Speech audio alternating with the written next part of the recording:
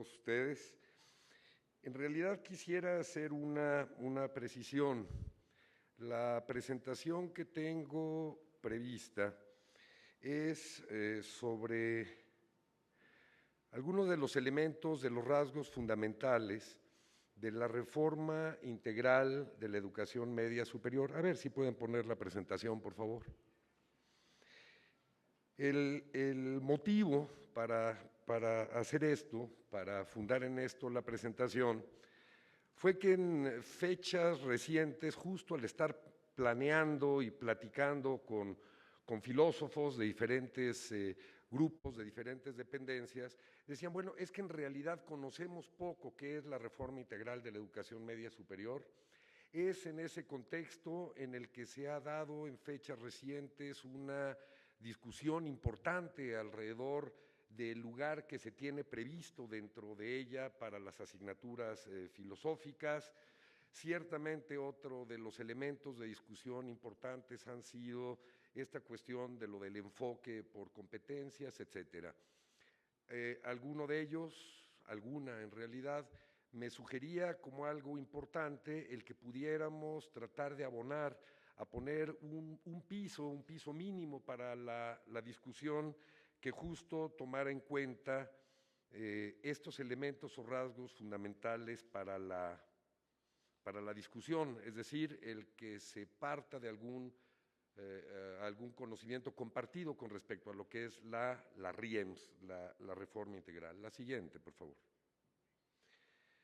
Me van a disculpar algunas de estas parrafadas, yo sé que no es la mejor forma de presentar, de hacer una presentación, pero quiero tratar de ir poniendo algunos elementos como con toda precisión. Esta es una cuestión esencialmente primero de contexto.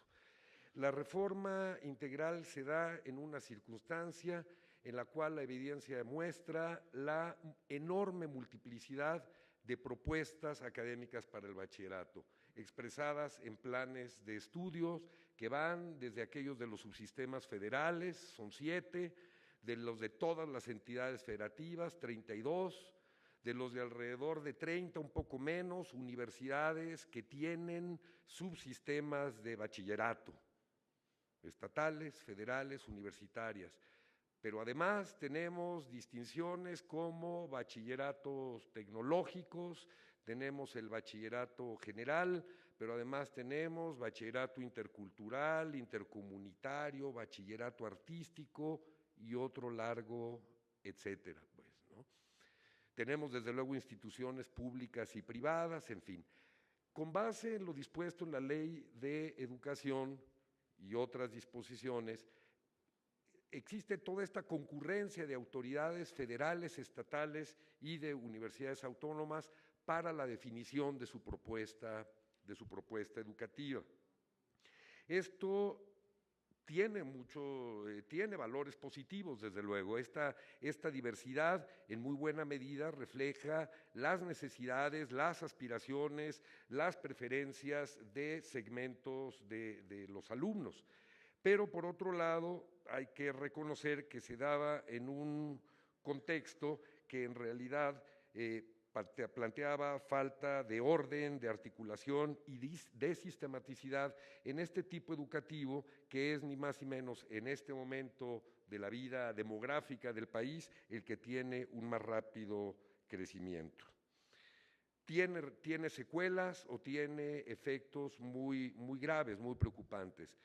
El paso de un alumno de un subsistema a otro, aquel que está estudiando en un tecnológico, centro de bachillerato tecnológico agropecuario en una localidad rural y que por razones de movilidad familiar llega a la ciudad y quiere continuar sus estudios, a lo mejor en el propio bachillerato tecnológico o irse al bachillerato general, virtualmente tiene obstáculos insalvables para poder transitar de uno a otro. Con frecuencia esto significa la necesidad de iniciar desde el principio sus estudios y en muchos casos esto simple y sencillamente no sucede. En realidad es uno de los componentes fundamentales que explican la deserción, la interrupción de estudios. Se plantea pues la necesidad de articular, de ordenar, de generar identidad, etcétera. En este sentido, existen muy diversas alternativas. Se plantearon y se pusieron sobre la mesa si una posibilidad sería la introducción de asignaturas obligatorias, si por otro lado se podría plantear la existencia de un tronco común, que todas estas autoridades, todos estos prestadores del servicio educativo en media superior decidieran incorporarla a sus currículas para poder lograr este objetivo de orden. En realidad esto se valoró, implicaba la introducción, la incorporación de rigideces, además de los obstáculos derivados de las percepciones del propio perfil que cada institución educativa tiene en su propuesta de bachillerato, por lo que se optó finalmente en formular una propuesta de desempeños finales compartidos que debían tener la característica de no dejar fuera a ninguno de los subsistemas, ninguno, y sin obligar a la reestructuración de sus mallas curriculares. Quiero destacar este punto porque ha sido uno que ha estado en el centro de la polémica. La RIEMS no pretende, no obliga absolutamente a nadie a reestructurar o a modificar sus mallas curriculares. La siguiente, por favor. Con la RIEMS, entonces, se busca fijar objetivos claros y precisos de qué se quiere que desarrolle el alumnado en su transcurrir por este nivel educativo. Se pretende integrarlo de manera sistemática y ordenada con los niveles de básico y de superior, y además se pretende dar respuesta a los problemas que provocan la deserción escolar en el nivel medio superior. Con la reforma se generan las condiciones de posibilidad para la definición de estándares y procesos comunes que hacen posible la universalidad del bachillerato a través de la definición del marco curricular común. Y con esto, de manera yo creo trascendental, hasta donde yo sé, por primera ocasión en nuestro contexto, en nuestro país, se define con toda precisión un perfil del egresado de bachillerato, con independencia del subsistema en el que esté estudiando, con independencia, pues, de las especificidades y particularidades del subsistema o modalidad en el que esté estudiando. No se pierde, pues, esta identidad. Y por otro lado, se consolida la diversidad de opciones educativas que responden a los intereses y necesidades de los estudiantes. Hace rato hablaba yo de federales, estatales y universitarios, y hablaba de tecnológicos generales, etcétera. A esto habría que añadir escolarizado, abierto, virtual, mixto, etcétera. Es decir, una amplia variedad de modalidades o de opciones para la prestación del servicio educativo, mismas que en muchas ocasiones tienen su propia propuesta curricular. Es decir, un sistema estatal puede tener escolarizado, mixto y otro, y entre ellas mismas tener variaciones curriculares. Con esta propuesta de transitar hacia la construcción de estos desempeños finales compartidos, se permite, se posibilita preservar esta diversidad que se considera muy positiva, muy valiosa. La siguiente, por favor.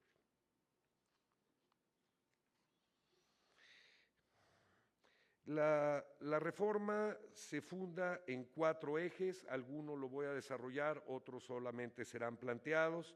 Uno ya mencionado es la construcción de un marco curricular común basado en competencias, la definición y reconocimiento de las modalidades y opciones de la oferta, el establecimiento de mecanismos de gestión. En estos no me voy a extender, pero sí quiero mencionarlos, porque están fuertemente orientados también hacia la definición, el establecimiento de estándares de calidad para los planteles que están en la reforma y que aspiran a entrar al Sistema Nacional del Bachillerato.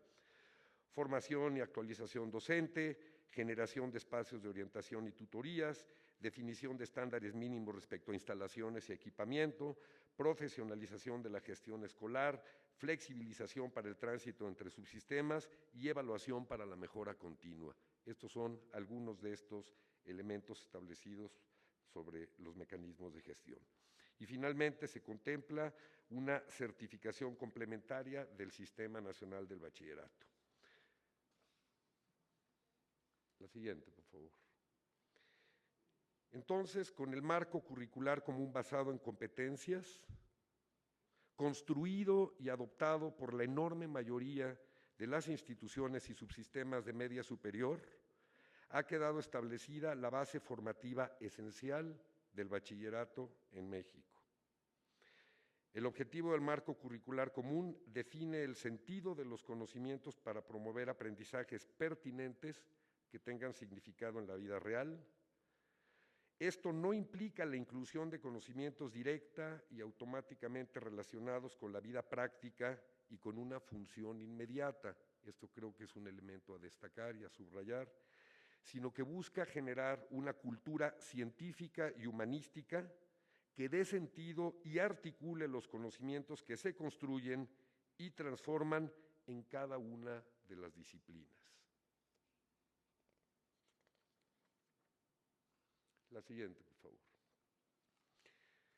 La RIEM se establece como enfoque educativo el basado en el desarrollo de competencias.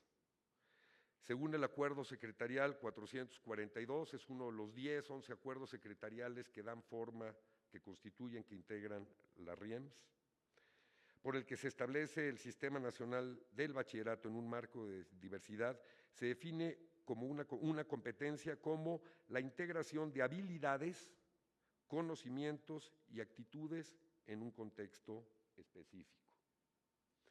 El trabajo centrado en el desarrollo de competencias implica una transformación radical del paradigma de enseñanza. Supone transitar de un modelo en el que aprender es sinónimo esencialmente de acumulación de conocimientos a un modelo en el que aprender implica conocer, hacer y ser en un contexto específico. La siguiente.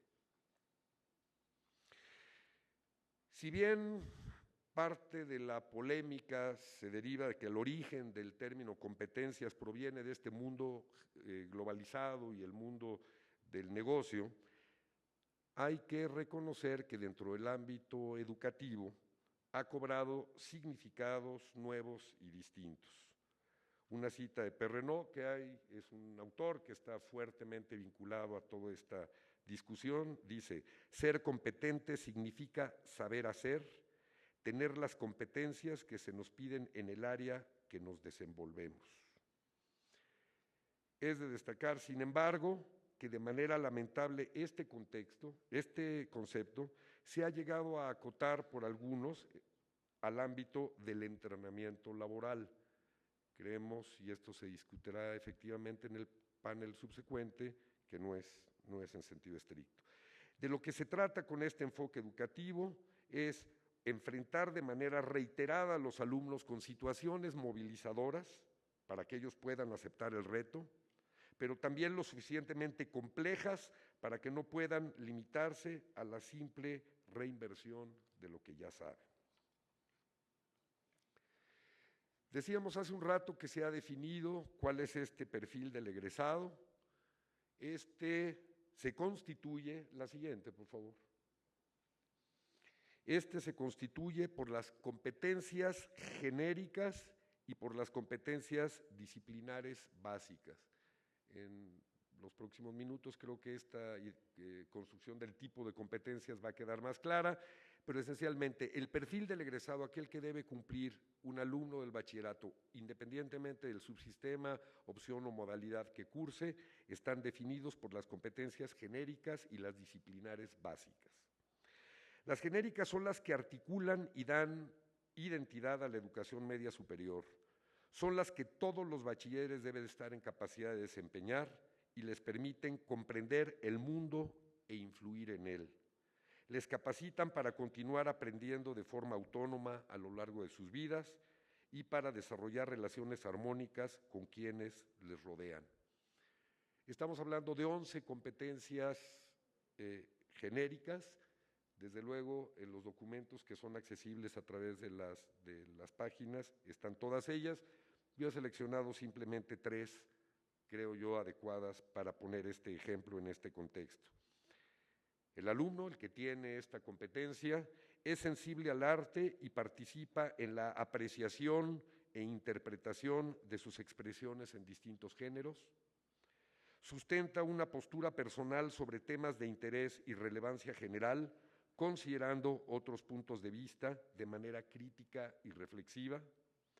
Participa con una conciencia cívica y ética en la vida de su comunidad, región, México y el mundo. La siguiente, por favor. Las disciplinares básicas expresan las capacidades que todos los estudiantes deben adquirir en términos disciplinarios, independientemente del plan y programas de estudio que cursen y la trayectoria académica o laboral que elijan al terminar sus estudios de bachillerato. Están asociados a los 4 campos de conocimiento definidos por la RIEMS, estas disciplinares básicas. El primer campo es el de las matemáticas. Aquí se busca propiciar el desarrollo de la creatividad y el pensamiento lógico y crítico entre los estudiantes. Un estudiante que cuente con estas competencias disciplinares puede argumentar y estructurar mejor sus ideas y razonamientos. Un ejemplo, en cada uno de estos campos disciplinares también se tienen entre 10 y 14 competencias definidas, aquí una meramente a forma de ejemplo. Construye e interpreta modelos matemáticos mediante la aplicación de procedimientos aritméticos, algebraicos, geométricos y variacionales para la comprensión y análisis de situaciones reales, hipotéticas o formales. Siguiente. En el campo de las ciencias experimentales están orientadas a que los alumnos conozcan y apliquen los métodos y procedimientos de dichas ciencias para la resolución de problemas cotidianos y para la comprensión racional de su entorno. Aquí entre los ejemplos de estas competencias seleccionados para destacarlos está el de, o los de, fundamenta opiniones sobre los impactos de la ciencia y la tecnología en su vida cotidiana, asumiendo consideraciones éticas, y valora las preconcepciones personales o comunes sobre diversos fenómenos naturales a partir de evidencias científicas. Aquí simplemente es de destacar que todo este proceso es sin que dejen de sujetarse al rigor metodológico que impone cada una de las disciplinas que las conforman. La siguiente. Las humanidades y ciencias sociales están orientadas, estas competencias, a la formación de ciudadanos reflexivos y participativos, conscientes de su ubicación en el tiempo y en el espacio. Enfatizan la formación de los estudiantes en una perspectiva plural y democrática, y su desarrollo implica que puedan interpretar su entorno social y cultural de manera crítica, a la vez que puedan valorar prácticas distintas a las suyas y de este modo asumir una actitud responsable hacia los demás. Algunos ejemplos de estas competencias son: identifica el conocimiento social y humanista como una construcción en constante transformación, histórica pues.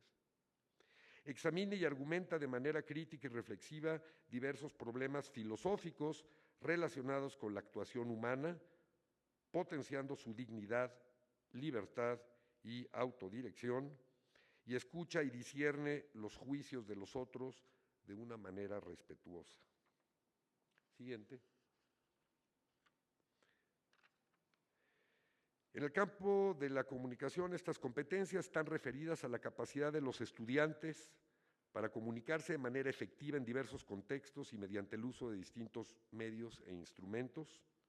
Los estudiantes podrán leer críticamente, así como comunicar y argumentar ideas con efectividad de manera oral y por escrito.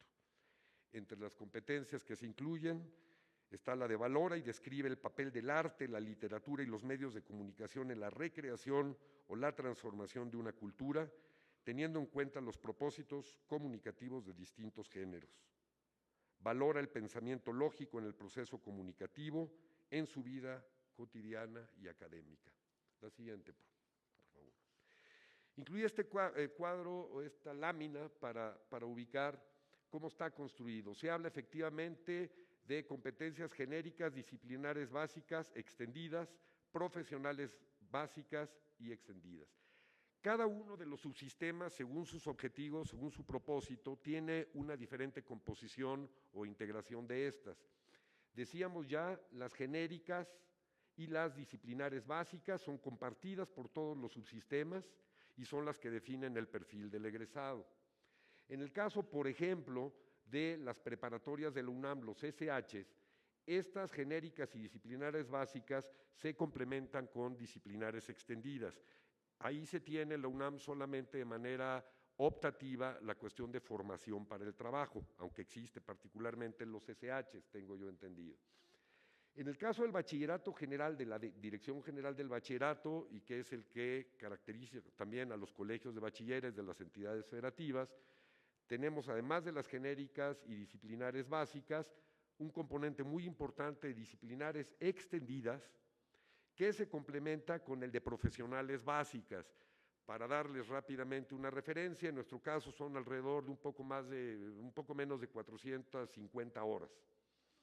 Y en el caso del bachillerato tecnológico, obviamente la situación es distinta, tienen las básicas y genéricas, disciplinares extendidas y un componente de profesionales básicas y profesionales extendidas mucho más amplio, esto caracterizado por su esquema bivalente.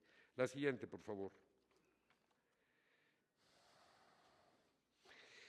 Me voy a tener que ir más rápido, entiendo que tenemos restricciones de tiempo.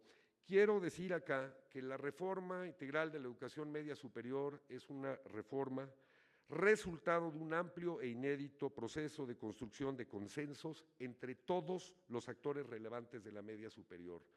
Todas las definiciones, instrumentos y procesos adoptados lo han sido en un contexto de discusión y aprobados por todas las autoridades relevantes del ámbito educativo. La siguiente, por favor.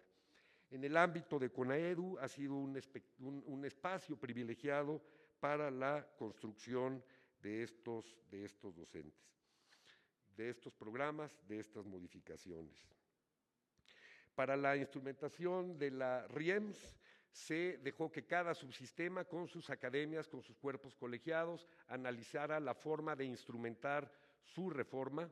No hubo una definición amplia o global y en la inmensa mayoría de los casos, tenemos ya reportada la información en este sentido, la mayoría de los subsistemas optaron por no modificar sus estructuras curriculares y trabajar a nivel de sus programas de estudio para garantizar el desarrollo de las competencias. Siguiente, por favor.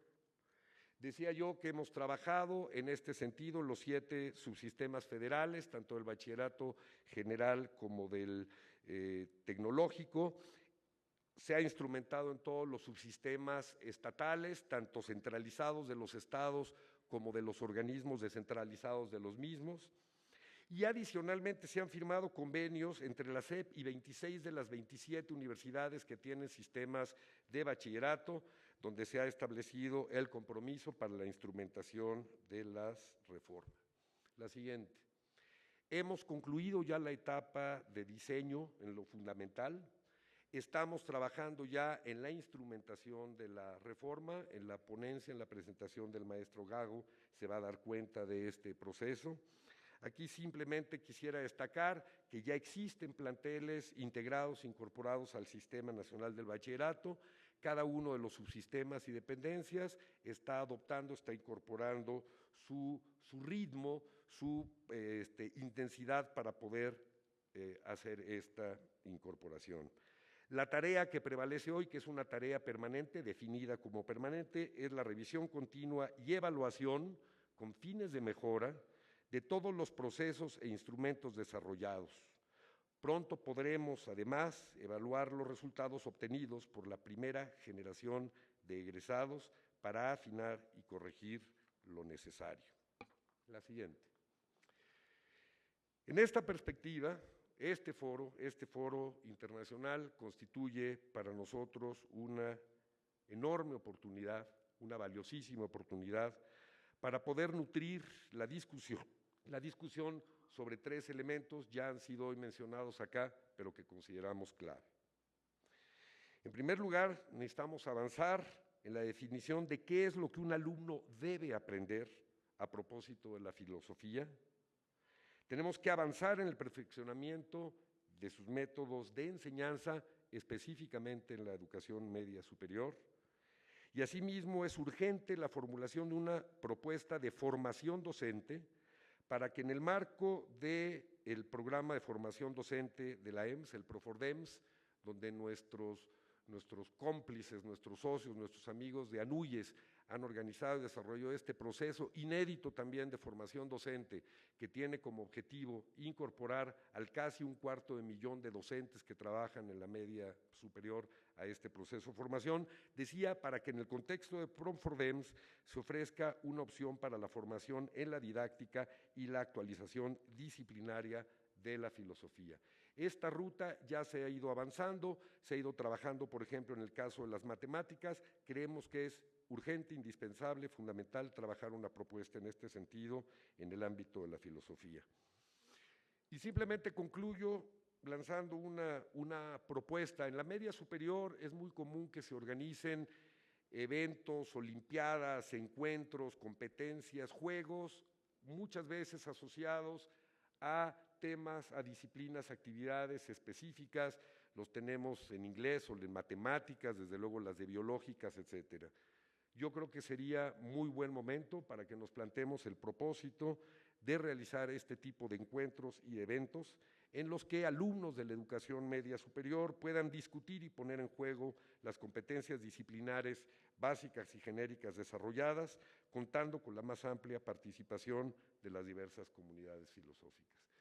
Les agradezco mucho su atención y quedo a sus órdenes. Gracias.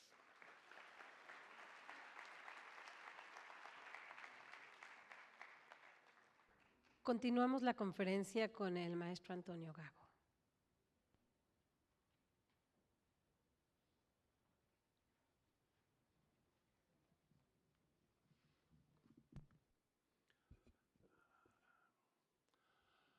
Me da mucho gusto estar aquí con ustedes, saludarlos, desearles un buen día. Igualmente, me da mucho gusto compartir este foro con la doctora Ruth Padilla, con el antropólogo Carlos Santos, personas que han tenido una participación en realidad relevante para la construcción y el desarrollo, por cierto, desarrollo aún incipiente de la reforma integral de la educación media superior.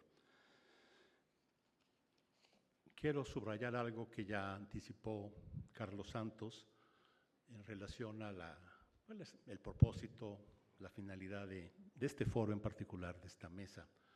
Ustedes notarán que de los temas de reflexión, de contenido que hasta ahora se han expuesto en las participaciones anteriores, hemos pasado a un tratamiento más descriptivo que provocador de reflexiones o provocador de cuestionamientos, pero era parte de la estrategia, es parte de la estrategia de este encuentro internacional, darle contexto a la enseñanza de la filosofía en el marco de la reforma integral de educación superior. Asumimos que no toda la concurrencia ha estado necesariamente al tanto de cómo se ha ido desarrollando la implantación de la reforma integral y había que incorporar esta parte. Por supuesto, muchos de ustedes saben de sobra qué es la reforma, cómo se ha ido construyendo, etcétera, pero en ese sentido tendrán que ser ustedes tolerantes. Mi participación, fundamentalmente descriptiva, no creo que provoque grandes reflexiones, pero tendrá el propósito de informarles, será explicarles propósitos y principales funciones del Consejo para la Evaluación de la Educación de Tipo Medio Superior, es decir, del COPEEMS, dado que este es el organismo que quienes conducen y dirigen la reforma integral han decidido que tenga a su cargo una de las muchas funciones que la implantación de la reforma requiere, es decir, la de evaluar los planteles en este largo proceso. También me interesa, y espero hacerlo brevemente, la diferencia entre la evaluación para el ingreso y la evaluación para la permanencia en el sistema, que tendrá criterios y propósitos y, por lo tanto, procedimientos y estándares diferentes. No será lo mismo ingresar al sistema que mantenerse y permanecer en el Sistema Nacional de Bachillerato. El tercer punto que abordaré son los aspectos que se evalúan en el proceso de ingreso. También aludiré muy brevemente a la coordinación de las intervenciones que el COPEMS, los organismos de apoyo a la evaluación y el Comité Directivo del Sistema Nacional de Bachillerato tienen en estos quehaceres.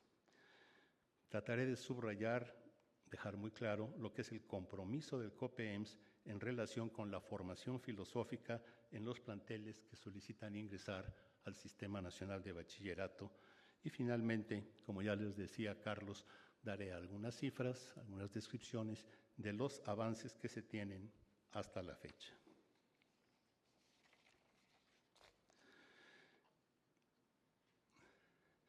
Entre los propósitos y funciones del COPEMS, debo anotar lo siguiente. En primer lugar, COPEMS es una instancia jurídicamente constituida como asociación civil, tiene como marco de referencia, como marco normativo para sus quehaceres, el conjunto de acuerdos secretariales que los titulares de la Secretaría de Educación Pública en su momento han emitido en torno a la reforma integral de la educación media superior, así como los acuerdos que el Comité Directivo del Sistema Nacional de Bachillerato ha emitido y seguirá emitiendo. Estos acuerdos secretariales, estos acuerdos del Comité Directivo, constituyen el punto de partida del COPEMS en su quehacer. COPEMS lo que ha hecho es traducir, trasladar los preceptos, los principios de la reforma a un quehacer más operativo, más de seguimiento cotidiano, ya para determinar la medida en que los planteles han avanzado en la adopción de preceptos y principios de la reforma. Otra de las funciones, más bien dentro de las funciones, está el reconocimiento de organismos de apoyo a la evaluación. La estructura del COPEMS es pequeña, reducida, y para su quehacer se respalda y cuenta con el invaluable apoyo de alrededor de 800 académicos, profesores, tanto de educación superior como de educación media superior, que a convocatoria del propio COPEMS y del Comité Directivo del Sistema Nacional de Bachillerato se constituyeron a su vez como asociaciones civiles o como,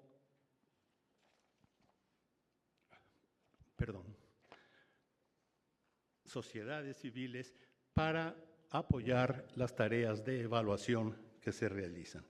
Es tarea del COPEMS reconocer a estas asociaciones y sociedades civiles y además capacitarlas tanto en los preceptos y principios de la reforma como en los procedimientos a seguir, es decir, en el manejo y en la puesta en práctica de criterios, de indicadores, de referentes, de estándares para poder, realizar los escrutinios, los juicios, las evaluaciones de lo que ocurre en cada plantel. A partir de este apoyo de los organismos de apoyo a la evaluación, la función quizá prioritaria del COPEMS es la evaluación ya propiamente dicha de planteles que solicitan ingreso, y recalco lo que decía Carlos, es una solicitud que hacen de manera voluntaria. Y una vez realizada la evaluación, COPEMS emitirá un dictamen que tiene el carácter de recomendación al propio comité directivo para, que se determine el ingreso o no ingreso todavía de un plantel y en caso de que ingrese, en cuál de las tres categorías que puede asumir. La evaluación de los planteles que solicitan promoción de categoría también será una tarea a cargo del COPEIMS, así como la evaluación de planteles para efecto de establecer su permanencia. La evaluación para el ingreso y evaluación para determinar la permanencia, digamos, se circunscriben, digamos, y se regulan con distintos criterios y distintos procedimientos. Para ingresar al Sistema Nacional de Bachillerato, fundamentalmente lo que se evaluará será los componentes del plantel o de la institución educativa, los procesos que lleva a cabo, y para ello los criterios que se ponen en práctica es que existan determinados planes de estudio, que existan determinados programas, que exista una planta, en fin, una serie de componentes y procesos, digamos, que en primer lugar es lo que debe satisfacer el plantel, que existan la infraestructura, laboratorios, bibliotecas, talleres. No basta con la existencia de estos componentes, sino que han de ser pertinentes, han de ser congruentes con la reforma, han de ser adecuados a los propósitos y al desarrollo de ese perfil de egreso al cual ya aludía Carlos Santos. En el caso del personal, particularmente el personal docente y directivo, se evaluará, se juzgará, se podrá decir algo respecto a la idoneidad. Y en cuanto a recursos con que cuenta el plantel, de tipo tecnológico, de tipo material, de tipo didáctico, pedagógico, etcétera, se evaluará también a la luz del criterio de suficiencia. Es decir, serán componentes y procesos que son evaluados en función de su existencia, su pertinencia, su idoneidad y su suficiencia. Para la permanencia, definitivamente, se cambiarán y se agregarán otros criterios y otros enfoques. Un plantel permanecerá en el Sistema Nacional de Bachillerato en la medida que mantenga, que conserve o que supere incluso los resultados que obtuvo en lo que se evaluó para su ingreso. Pero además tendrá que ser evaluado a la luz de sus resultados, a la luz de sus logros, es decir, en función de criterios de eficacia, entendiendo, muy rápidamente dicho, por eficacia la medida en que se alcanzan y se logran los propósitos, los objetivos, las finalidades que el propio plantel se ha establecido. Se evaluará también, desde esta perspectiva de logros, la eficiencia con que alcanzan sus resultados. Estos tendrán que observarse y evaluarse también a la luz de la equidad. Equidad no solo enfocada desde el punto de vista social y económica, sino equidad también desde el punto de vista de los procedimientos, las estrategias, los métodos de enseñanza, de aprendizaje y de desarrollo de las competencias. Si por equidad entendemos que no se puede tratar igual a los desiguales, sino que hay que tratar a cada quien según su circunstancia, según sus condiciones, este es un enfoque que cuando pasemos a la etapa de evaluación de resultados habrá que tomar en cuenta esas circunstancias y esas condiciones de todos y cada uno de los planteles sumamente diversos que tiene nuestro subsistema de educación media superior. Y por supuesto, otro criterio también para la permanencia adicional a los de ingreso es el del impacto que se logra con todo ese quehacer. Es decir, hay una hipótesis de base. Si un plantel tiene esto, hace aquello, lo hace de tal manera, cuenta con tal estructura, si hace todo esto y cuenta con todo esto, que existe, que es pertinente, que es idóneo y que es suficiente, cabe esperar, y esa es la hipótesis, que los resultados sean el logro en la mayoría, si es posible, en todos los alumnos de ese perfil de egreso que, como leía Carlos, es un perfil, a nuestro modo de ver, transformador de los propósitos de la educación media superior. Regreso entonces a lo que estamos haciendo en este momento, que es evaluar instituciones, dependencias y planteles estrictamente para el ingreso. Tomemos en cuenta que el desarrollo de la reforma integral no es un asunto ni de un año ni de un sexenio. Yo creo que quien sabe, quien conoce, quien ha vivido en el ámbito de la educación, entenderá que el desarrollo, la plena adopción de la reforma integral de la educación media superior es un asunto de quinquenios, tal vez de décadas. Pero imaginemos lo que puede ser nuestra sociedad si logramos que los estudiantes de la educación media superior, bachilleres o profesionales de nivel medio, alcanzan ese perfil que se plantea en el Acuerdo 442, en el marco curricular común y en el perfil de egreso deseado. Regresando estrictamente a lo que estamos evaluando ya, en cuanto a aspectos sujetos a evaluación en los planteles, comenzaría por planes y programas de estudio y haciendo énfasis en lo que se establece como marco curricular común. Ya lo decía Carlos, es este conjunto de competencias, entendiendo por competencias la conjunción, la amalgama, la coordinación de conocimientos, de destrezas, de habilidades, de actitudes y de valores. Es decir, aquello que hace capaz a un joven para desenvolverse como persona, como estudiante de educación superior, posiblemente como ciudadano, como una entidad en la sociedad. Después de planes y programas de estudio, donde se ven contenidos, estrategias didácticas, medios y procedimientos de evaluación, políticas de certificación o de titulación que tenga el plantel, hay que incluir también, para reforzar, que no son únicamente planes y programas de asignaturas o de unidades curriculares de aprendizaje, sino que también habrá que presentar planes y programas de tutoría, de asesoría académica y de orientación. Orientación escolar, orientación educativa, orientación vocacional.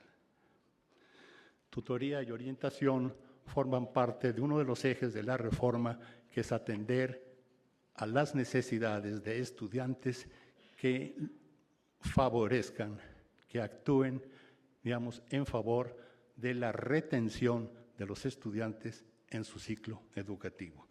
Y no tengo que subrayar la importancia del problema que el ciclo medio superior vive en torno a deserción o no conclusión de los estudios.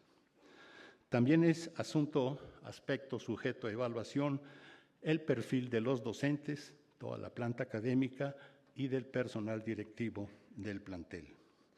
Se destaca que dentro del perfil de los docentes, digamos, ocupa un lugar importante el porcentaje de profesores que ha cursado los programas que el comité directivo tiene reconocidos como válidos en lo que todos conocemos como el programa de formación de docentes en educación media superior, el PROFORDEMS, o el CERTIDEMS, que implica una certificación con evaluaciones de tercería para estos profesores.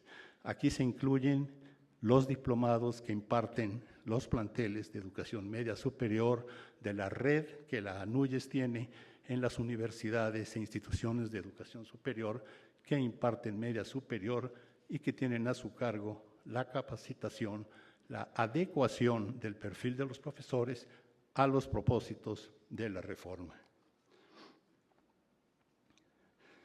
Se toma en cuenta, cuando se hace la evaluación de los planteles, la pertinencia que debe haber entre los objetivos y propósitos del plan de estudio y las modalidades y opciones que el plantel utiliza para llevar a cabo sus programas.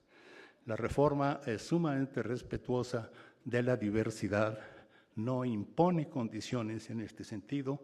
Los planteles imparten sus programas en las modalidades y opciones que consideran pertinentes.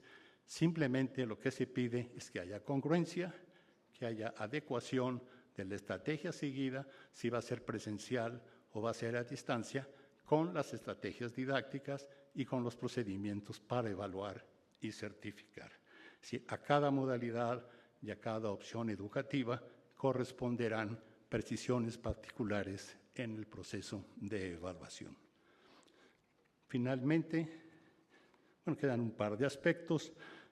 Se evalúa también, es parte del escrutinio que realizan los organismos de apoyo a la evaluación que apoyan al COMPEEMS, todo lo concerniente a instalaciones y equipamiento en los planteles, desde las instalaciones básicas y fundamentales, aulas, laboratorios, talleres, etcétera, hasta lo que es el equipamiento para cada una de las asignaturas, cada una de las disciplinas que contribuya al desarrollo de las competencias que se plantean. Se toma también en cuenta las características, la manera de operar, las políticas que tienen los planteles en su sistema de servicios escolares. Aquí destaco la importancia de la normativa que tiene cada plantel. Uno de los propósitos de la reforma es, terminar con este problema de la no movilidad de estudiantes de escuela a escuela o de subsistema a subsistema, y a través de eso, entonces se plantea como compromiso de los planteles que forman parte del Sistema Nacional de Bachillerato, el compromiso, la obligación de aceptar estudiantes que provengan de otros sistemas, dando el máximo de reconocimiento a sus saberes, a sus aptitudes, a las competencias que tengan desarrolladas, más allá de denominaciones, nombres de asignaturas o de materias que se hayan llevado.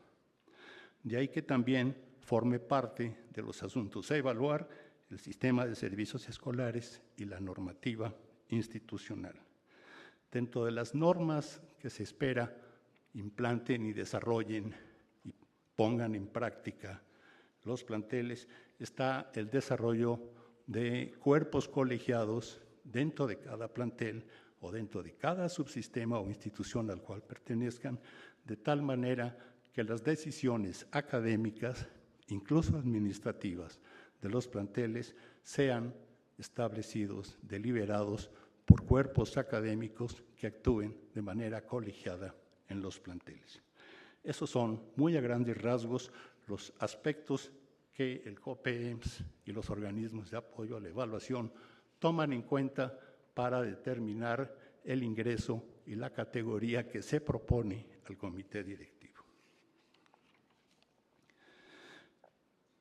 Entre las preguntas que a menudo nos hacen es de qué se ocupa o hasta dónde llega, las atribuciones de COPEEMS en torno a esto o de los organismos de apoyo a la evaluación. Las personas, los grupos que han ido construyendo la reforma y que, entre otras cosas, plantearon las políticas a seguir en COPEEMS y sus evaluaciones, por ejemplo, se hizo hincapié en que no serán exclusivamente los organismos de apoyo a la evaluación los que decidan, los que determinen que un plantel ingresa. A los organismos de apoyo a la evaluación corresponde seguir un protocolo a propósito de un manual, una serie de formatos, puntos a resolver, en el que harán observaciones y recomendaciones respecto a lo que ven, y de común acuerdo el organismo de apoyo a la evaluación y el COPEEMS harán un dictamen estrictamente de evaluación.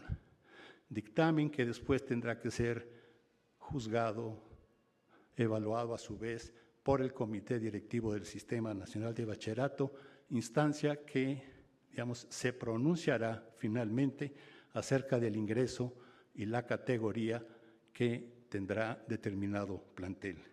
Es decir, no es una sola de estas instancias la que determina unilateralmente. Se actúa de manera colegiada, actúan muchos puntos de vista, muchos enfoques, ¿verdad?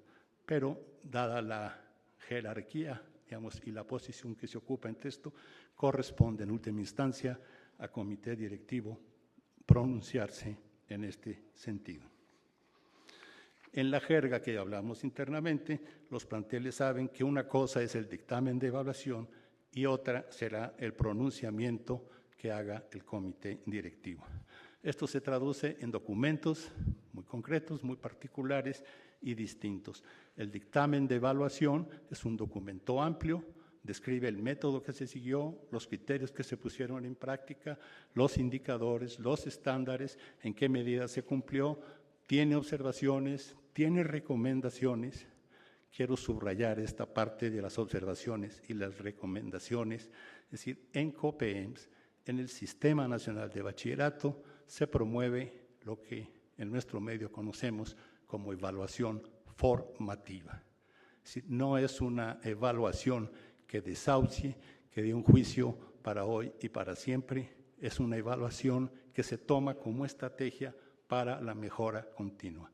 Más importante que decirle al plantel que ingresó o que tiene tal o cual nivel, lo importante es que el plantel sepa que donde quiera que esté podrá mejorar, que cualquiera que sea el nivel donde esté tendrá algo más que lograr y se le harán recomendaciones e insistencia en que el plantel tenga permanentemente un plan de mejoramiento. En cambio, ya el pronunciamiento es un documento más protocolario, más de comunicación y de constancia. ¿Cuál es el compromiso del COPEMS en el tema que ocupa este encuentro internacional? Es muy simple. El compromiso en torno al desarrollo de las competencias filosóficas es exactamente el mismo compromiso respecto a las otras disciplinas o campos del conocimiento. Es decir, para el COPEMS, digamos, es importante que los planteles, desde el diseño de planes y programas de estudio, durante toda la práctica educativa, durante sus evaluaciones, durante su quehacer cotidiano, se cumpla con el desarrollo de aquellos conocimientos, habilidades, destrezas, valores, actitudes inherentes al campo de las humanidades y las ciencias sociales, pero también se cumpla del mismo modo con lo inherente a las matemáticas, a las ciencias naturales, a la comunicación y el lenguaje. Por razones de todos conocidos, se ha llegado a decir, se afirma que la reforma mutiló la enseñanza de la filosofía, que la disminuyó, que la canceló, que hubo desdén hacia esa formación. Creo que sobran evidencias, y no solo lo que aquí se ha dicho, basta ver los planes y programas, los que hemos evaluado y los que supongo que evaluaremos, si es que son presentados, y aquellos que para ingresar al sistema tendrán que cumplir con lo que dicen los acuerdos, el 488, es decir, habrá de incluirse el campo de las humanidades, el desarrollo de competencias filosóficas. El compromiso del COPEMS, de los organismos de apoyo que lo auxilian en su tarea, es velar porque en los planteles, en los planes de estudio, en los quehaceres de enseñanza-aprendizaje, se pongan en práctica estrategias, recursos metodológicos, lo que ya nos han hablado, respecto al desarrollo de las competencias filosóficas y de todas las que incluye el perfil de egreso. ¿Qué avances hemos tenido hasta ahora? Este cuadro que sigue, me temo que no está suficientemente grande, pero puedo resumirlo en lo que les digo. Como procedimiento para evaluar planteles, se decidió que, dado que buena parte de los planteles de educación media superior a su vez dependen de instituciones, como puede ser una universidad, o el CONALEP, o la Dirección General de Educación Tecnológica, Industrial, o la Agropecuaria, digamos, estas dependencias determinan, fijan, establecen por sus propios procedimientos los planes y programas de estudio para millares de planteles. Sí, hasta la fecha se ha evaluado a 21 dependencias de las cuales dependen 7.880 planteles, los que, por norma, por acuerdos de incorporación o porque así lo ha establecido cada uno de los subsistemas, habrán de seguir estos planes y programas.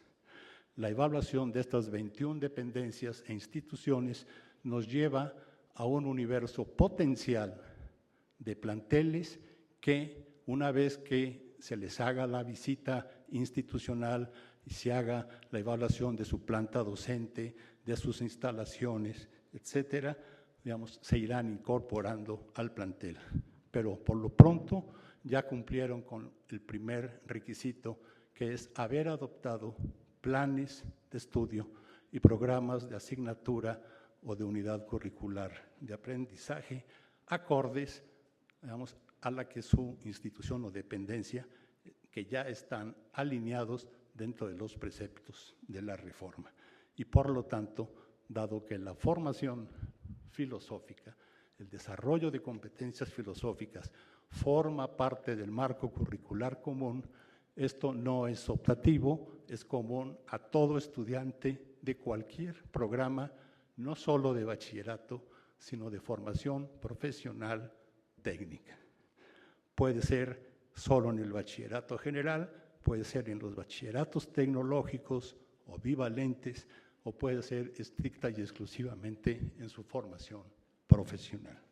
Por eso habrá que estar velando desde el COPEEMS y desde el comité directivo.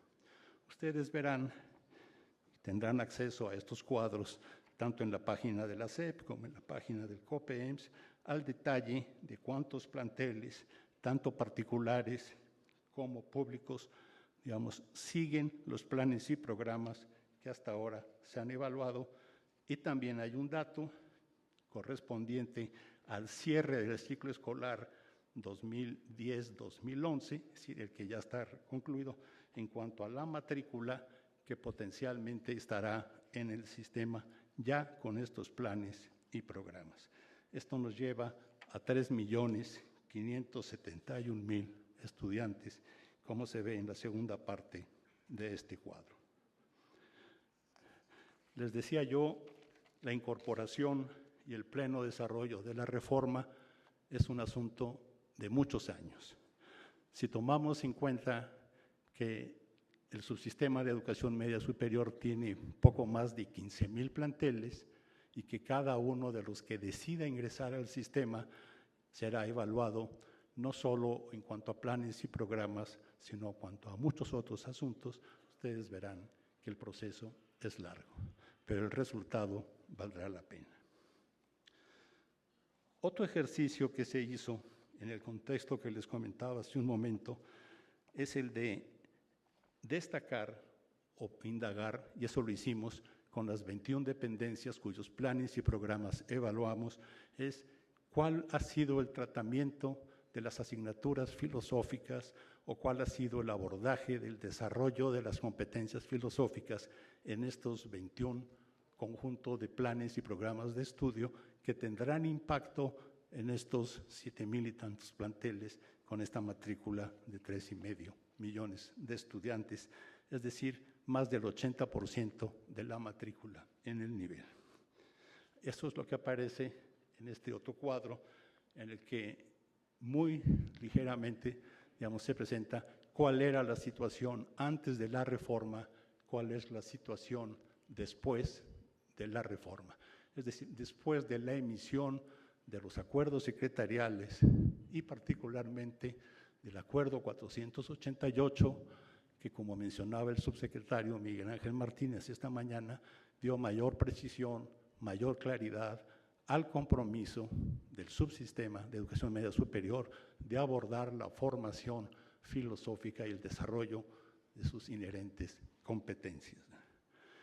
Pueden ustedes ver que en algunos planteles, especialmente los de corte universitario, entre el antes y el después de la reforma, o hubo simplemente la conservación del conjunto de asignaturas, horas, semana, mes, etcétera, que ya venían impartiendo. Hay que reconocer que en el ámbito de las universidades es donde la enseñanza de la filosofía tiene mucha mayor tradición digamos, e historia que narrar. Pero también pudimos observar que hubo planteles universitarios que hicieron adecuaciones, que no solo conservaron sus asignaturas, sino que adecuaron las estrategias de tipo educativo, las estrategias de enseñanza-aprendizaje, los procedimientos de evaluación para pasar del mero conocimiento cognitivo a un desarrollo mucho más integrado de competencias. Y en el ámbito de los planteles de educación tecnológica, donde por costumbre, por tradición, estos asuntos eran tratados en un nivel bastante más elemental, con menos carga horaria, también observamos que hay ahora una presencia mucho más significativa. Nadie espera, por lo menos ese es mi enfoque, quizás no debo decir nadie, pero creo que no es posible asumir que todos y cada uno de los 15,000 planteles, todos y cada uno de los distintos sistemas y subsistemas, planteles, etcétera, van a adoptar exactamente las mismas asignaturas, con la misma carga horaria, etcétera. Recuerden que el Sistema Nacional de Bachillerato que está inmerso en un conjunto de enorme, amplísima y riquísima diversidad. Cada quien en su circunstancia, cada tipo de educación con sus propósitos, cada uno persiguiendo particulares perfiles de egreso, asumiendo lo que es el marco curricular común, digamos, está dándole un abordaje al desarrollo de las competencias filosóficas. La batalla por la formación filosófica no es una batalla de nombres de asignaturas. Agradecerán mi brevedad. Termino en un minuto. La última gráfica que les presento no hace más que plantear las distintas denominaciones que en el tratamiento y el desarrollo de las competencias filosóficas han asumido las dependencias, y creo que en la medida que el proceso vaya avanzando, iremos encontrando muchas más denominaciones. Yo exhorto a los planteles, exhorto a la comunidad de profesores de filosofía que no hagamos de esto una batalla por denominaciones.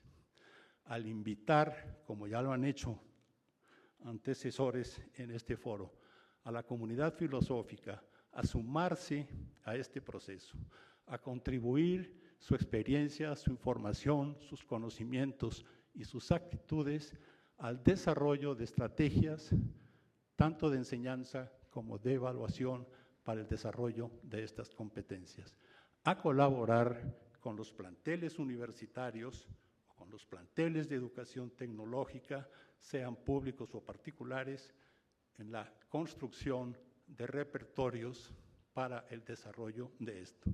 Creo que esta es una participación necesaria y que es legítima la invitación a que lo hagan.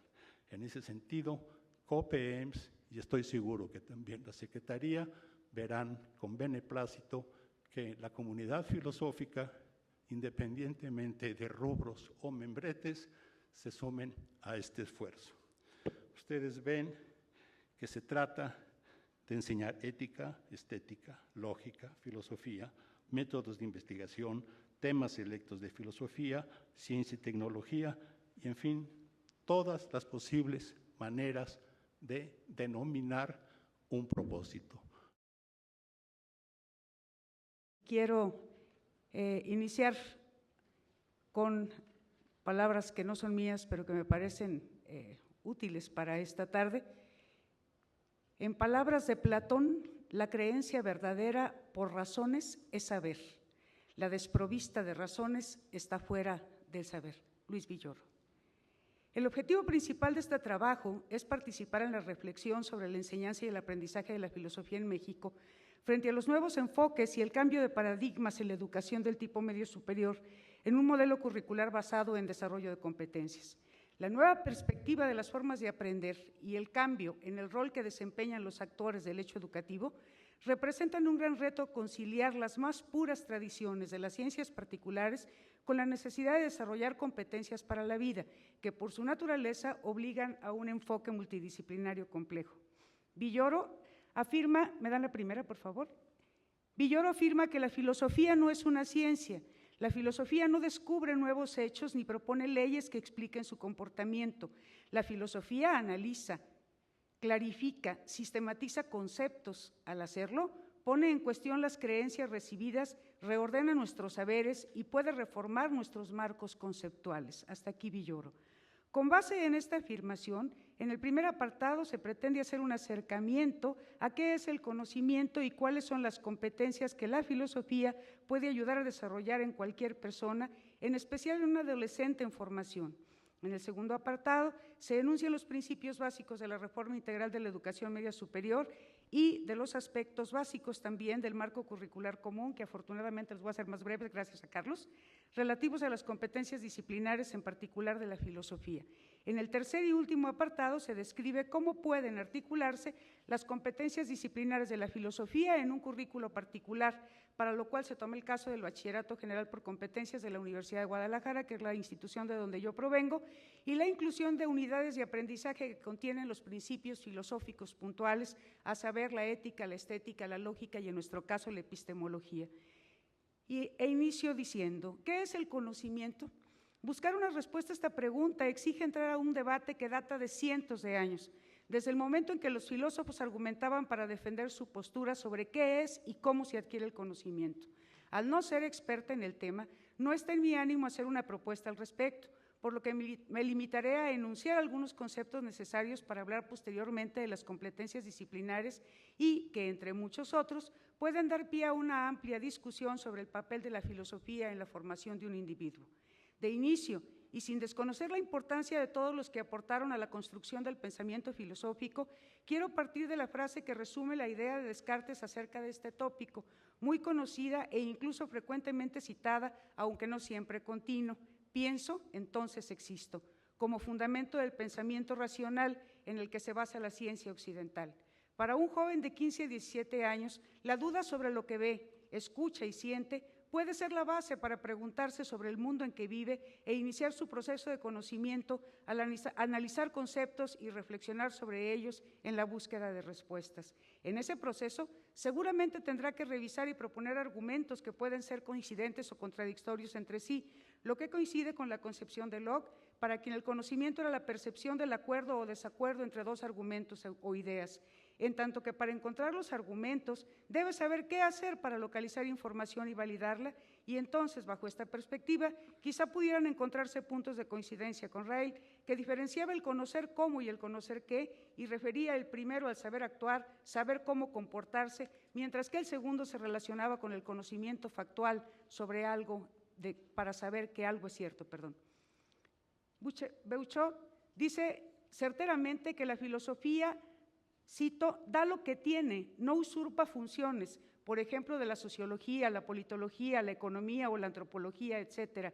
Se concreta a lo suyo, como llegó a decir a Sánchez Vázquez, marxista y filósofo de la praxis, que a la filosofía no le toca dar recetas ni resolver los problemas sociales concretos. Eso le toca al sociólogo, al politólogo, al economista. La filosofía solo orienta, ilumina el camino. Hasta aquí la cita. Sin duda, hoy en día existen innumerables y variadas posiciones sobre el concepto conocimiento.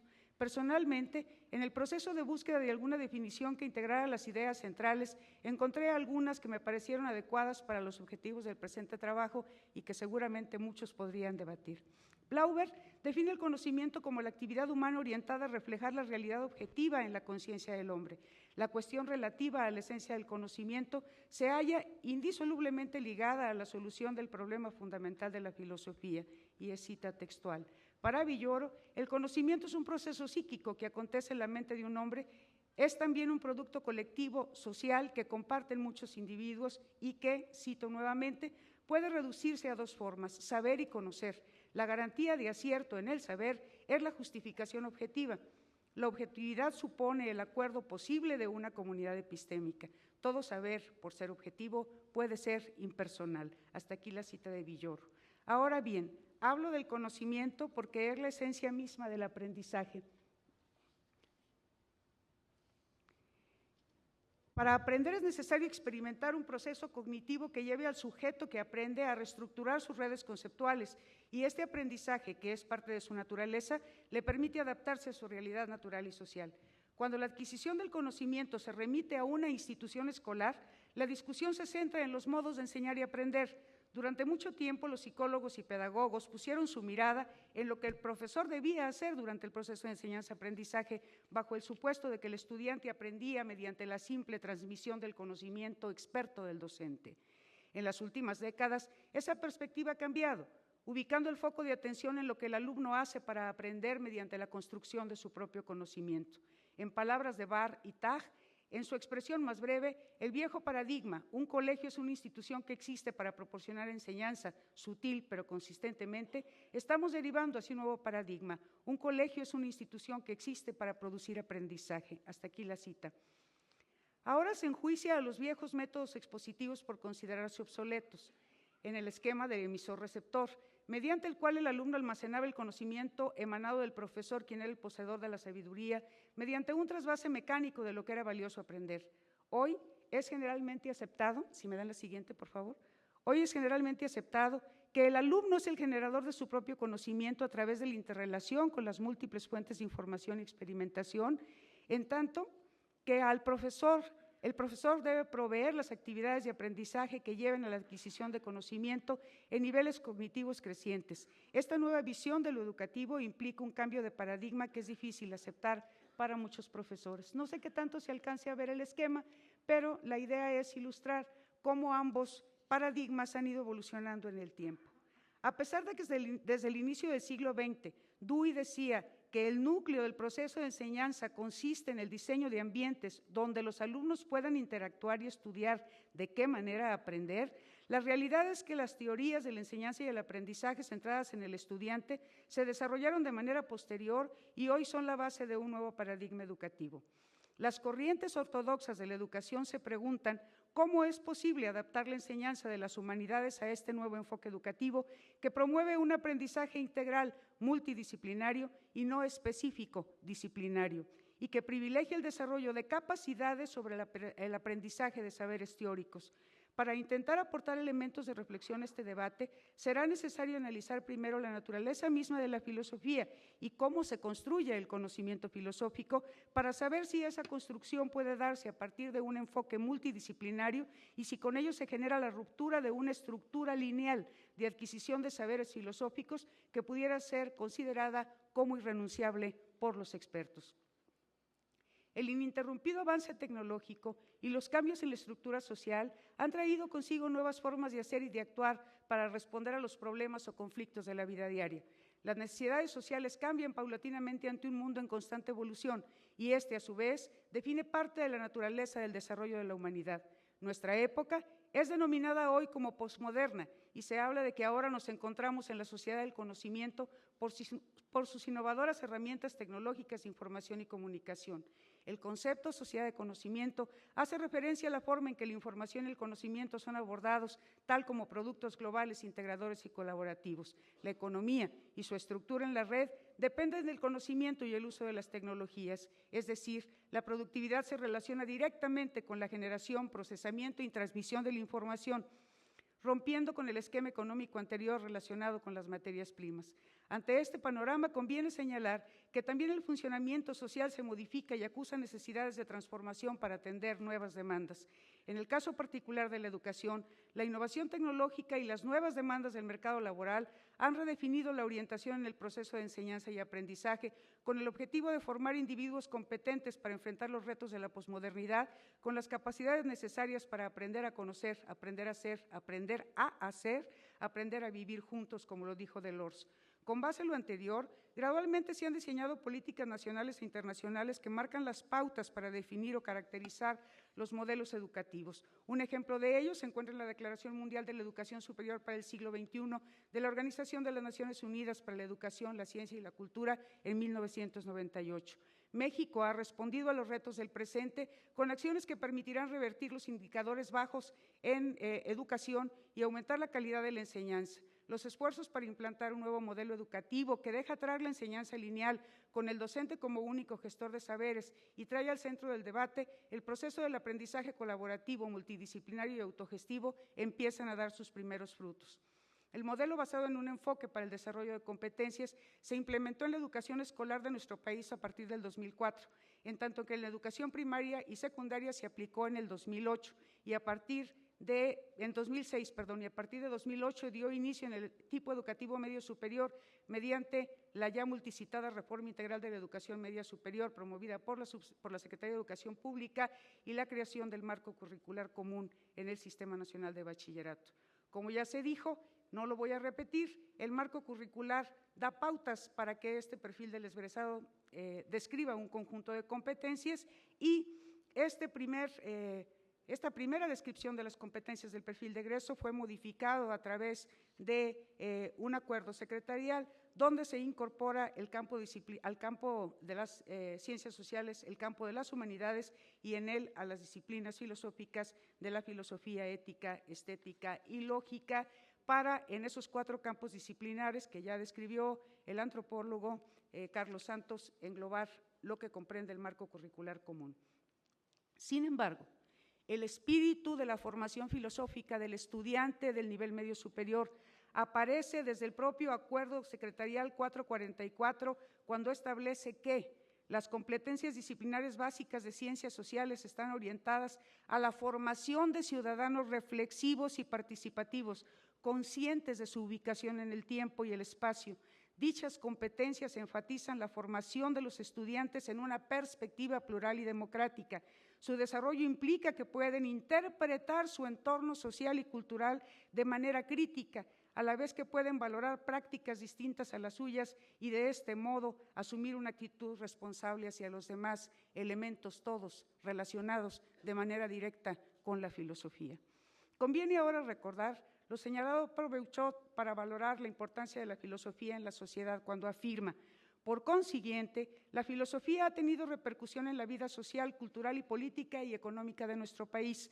Debe seguir teniéndola, quizá ya no de manera tan directa como la tuvo a principios del siglo XX en el Porfiriato y la Revolución, pero debe continuar señalando caminos, principalmente en la filosofía política, que sería su influjo más directo. Mas para eso se requiere una investigación ética, lo cual lleva a la antropología filosófica o filosofía del hombre, pero esta última implica la ontología o metafísica, la cual requiere de la epistemología y la lógica, e incluso se llega a la filosofía de la historia, la filosofía de la cultura y la estética. Según se ve, todas las ramas de la filosofía han de estar en activo, para todas ellas hay una labor. Hasta aquí la cita. Competencias que promueven el aprendizaje de la filosofía. La filosofía es la forma de la conciencia social que constituye un sistema de los conceptos más generales acerca del mundo, del lugar que ocupa el hombre en él, según Glauber. Ante esto podemos argumentar que el estudio de la filosofía desarrolla en el individuo la capacidad de analizar problemas fundamentales como la naturaleza de la realidad, el yo, la mente, la causalidad, el tiempo, el espacio y los juicios morales. El aprendizaje de la filosofía implica aprender a dudar, a cuestionar y razonar, a criticar y reflexionar, a sistematizar la información disponible para argumentar, pero principalmente brinda la oportunidad de aprender a descubrir nuevos horizontes y modelos para comprender y explicar la realidad social, económica, política, tecnológica y científica que rodea al ser humano. Por lo tanto, cumple un papel fundamental en la formación del alumno como un ser ético, responsable, crítico, analítico y reflexivo. Mediante el desarrollo de estas capacidades, el alumno será capaz de reconocerse a sí mismo en la estructuración de la realidad, establecer principios mediante el criterio, la estimación del valor moral de sus acciones y de su libertad en la toma de decisiones. En la construcción curricular del nuevo modelo educativo se valora la importancia del aprendizaje de la filosofía como una herramienta de vida. Por ejemplo, en el Acuerdo 5CD 2009 del Comité Directivo del Sistema Nacional de Bachillerato, se establecen las competencias disciplinares básicas para el ámbito específico de la filosofía, y no se las voy a leer, pues son 16 y entonces me tocan el timbre. En todas ellas se argumenta a favor de lo que ya han mencionado todos los que anteriormente hicieron uso de la voz. Estas competencias, por sus propias características, no son privativas de una unidad de aprendizaje. Se pueden considerar como transversales a todo el plan de estudios en la medida que aportan elementos fundamentales para completar para concretar las competencias genéricas establecidas en el marco curricular común. ¿Por qué entonces la enseñanza de la filosofía permanece estrechamente unida a un discurso disciplinar que puede privilegiar los datos y la memorización y limita la capacidad inquisitiva, argumentativa e interpretativa del estudiante cuando se le remite solamente a datos de la historia de la filosofía? Entiendo que puede ser muy polémica una postura que pugna por el abordaje de la filosofía desde una perspectiva multidisciplinar, pero la comprensión imaginativa del momento en que los hechos se producen, es decir, del contexto, en mi humilde opinión, solo puede lograrse con el concurso de diversas disciplinas. Para ilustrar un ejemplo de lo anterior, me gustaría presentar el plan de estudios de un modelo de bachilleratos bajo el enfoque de competencias. Bueno, miren, ahí están todas las competencias de filosofía, si las alcanzan a ver. La que sigue, por favor. En la Universidad de Guadalajara se diseñó el Bachillerato General por Competencias desde antes de que entrara el marco curricular común y recurre para el desarrollo de estas competencias de un perfil del egresado que tiene como elementos sustanciales los rasgos de filosofía de vida y concepción del mundo, comprensión de la realidad del ser humano, pensamiento ético, personalidad, ciudadanía, sensibilidad estética, diversidad cultural, responsabilidad ambiental y estilos de aprendizaje y vocación. Si ustedes se fijan, esos rasgos del perfil exigen fundamentalmente el conocimiento de la filosofía, el desarrollo de las capacidades filosóficas, no voy a decir por el momento competencias. Este bachillerato incorpora las demandas de los especialistas en el área de conocimiento de la filosofía desde el diseño curricular. Es decir, en el caso particular de este plan de estudios no hubo necesidad de realizar ajustes a las unidades de aprendizaje cuando se publicó el Acuerdo Secretarial 448, porque desde su origen ya tenía incorporados explícitamente los contenidos necesarios para desarrollar competencias del ámbito de la filosofía, la estética, la ética y la lógica. Debo decir que al igual como lo señalaba ya el maestro Gago, que las instituciones que tienen bachilleratos autónomos, sean públicas o particulares, pero también instituciones de educación superior que están integradas en la NUYES, han tenido predominantemente un bachillerato con carácter humanístico. Por lo tanto, para estas instituciones, como ya lo mostraba el maestro Gago, ha sido relativamente sencillo incorporar las 16 competencias disciplinares del campo de la filosofía. Las unidades de aprendizaje que contiene el Plan de Estudios del Bachillerato General por Competencias de la Universidad de Guadalajara y que tienen específicamente desde la perspectiva disciplinar y conceptual a la filosofía como eje de conocimiento son las siguientes: reflexión ética, identidad y filosofía de vida, apreciación del arte y comprensión de la ciencia. Estas unidades de aprendizaje contemplan las competencias genéricas y disciplinares establecidas en el marco curricular común. Sin embargo, reitero que además están presentes en otras áreas, porque como bien menciona Villoro, el análisis filosófico requiere conocer las interpretaciones sobre el conocimiento a las que han llegado algunas ramas de la psicología y la sociología. La organización de los saberes conceptuales para el desarrollo de las competencias disciplinares y sus atributos requiere del apoyo de las siguientes disciplinas: la sociología, la historia, la economía, la filosofía, la antropología, la geografía, las artes, las ciencias ambientales, la ecología y la psicología, entre otras. En el perfil del Bachillerato General por Competencias se menciona que el alumno tendrá los rasgos que ya les había comentado y le pediría, por favor, que me pasara la siguiente diapositiva para ver si se alcanzan a ver hasta atrás. Del lado izquierdo, en la columna de la izquierda, están las competencias genéricas del bachillerato del marco curricular común. Del lado derecho de la diapositiva están las competencias disciplinares. No voy a leer otra vez las competencias genéricas que ya nos describía el antropólogo Carlos Santos. Están numeradas de acuerdo a, están numeradas, hay una antes, ¿no? ¿No? Ok. Están numeradas con respecto a los números que tienen las competencias en el marco curricular común. Hace rato estaba pensando que los profesores que han llevado Profordems y los directivos que lo han hecho también estarían en condiciones de, como en un chiste muy viejo, en donde alguien, todo el mundo se sabía ya sus chistes de tal manera que cuando decía el 5 y todo el mundo se reía, ¿no?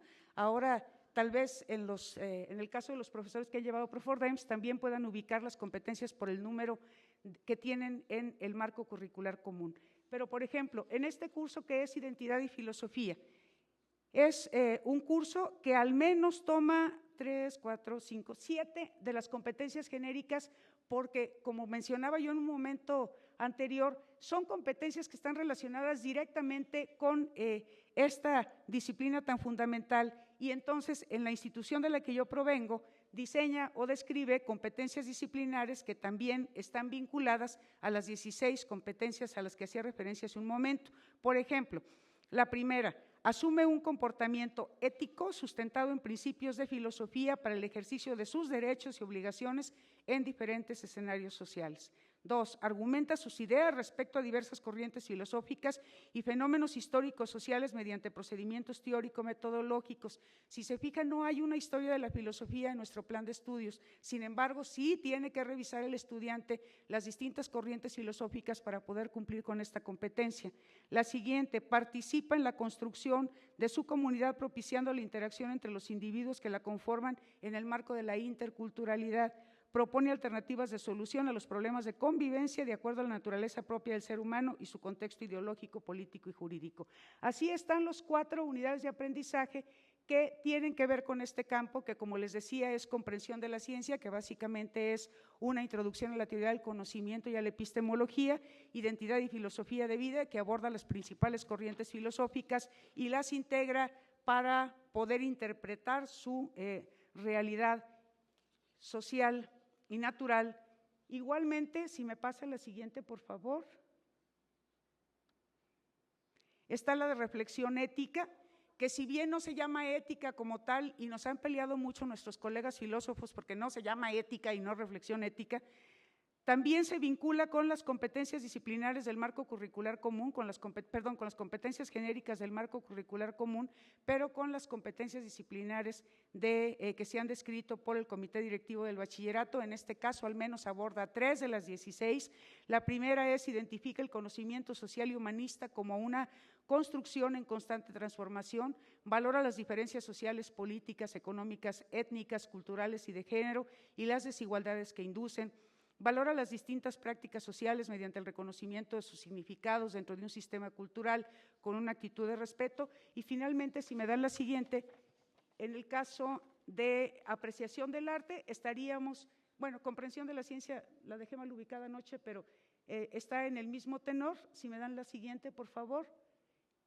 Finalmente, quisiera decir que la filosofía es una ciencia indispensable en la formación de individuos conscientes y responsables de su realidad, que analicen, reflexionen y desarrollen un sentido crítico ante las inquietudes para explicarse su entorno y para que enfrenten exitosamente los obstáculos que tendrán que enfrentar a lo largo de la vida.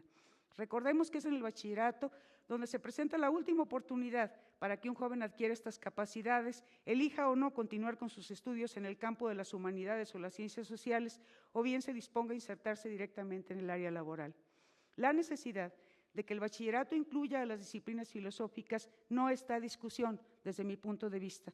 Lo que habrá de estar en el centro del debate es cómo se aprende la filosofía y cuáles son las propuestas para su aplicación, de manera que pueda coadyuvar al desarrollo de competencias que serán necesarias a lo largo de la vida, y no solo una acumulación de personajes, datos o hechos que se olvidarán tan pronto como concluya un ciclo escolar. Es fundamental que entendamos que más allá de las etiquetas que puede tener una unidad de aprendizaje o de las especificidades y de los contenidos que quienes son filósofos piensan que debe aprender un joven en el bachillerato, tengamos esta visión de integralidad, de cómo la filosofía ayuda a conformar la personalidad, la creatividad y el pensamiento y la razón de un joven que cuando ingresa con nosotros tiene solo 15 años y egresa, como ya se ha dicho, a los 18. Me gustaría concluir mi intervención con unas palabras de Luis Villoro cuando dijo: la filosofía analiza, clarifica, sistematiza conceptos. Al hacerlo pone en cuestión las creencias recibidas, reordena nuestros saberes y puede reformar nuestros marcos conceptuales. El análisis de los conceptos epistémicos es tarea de la filosofía. La explicación de los hechos es de conocimiento, asunto de las ciencias. Muchas gracias.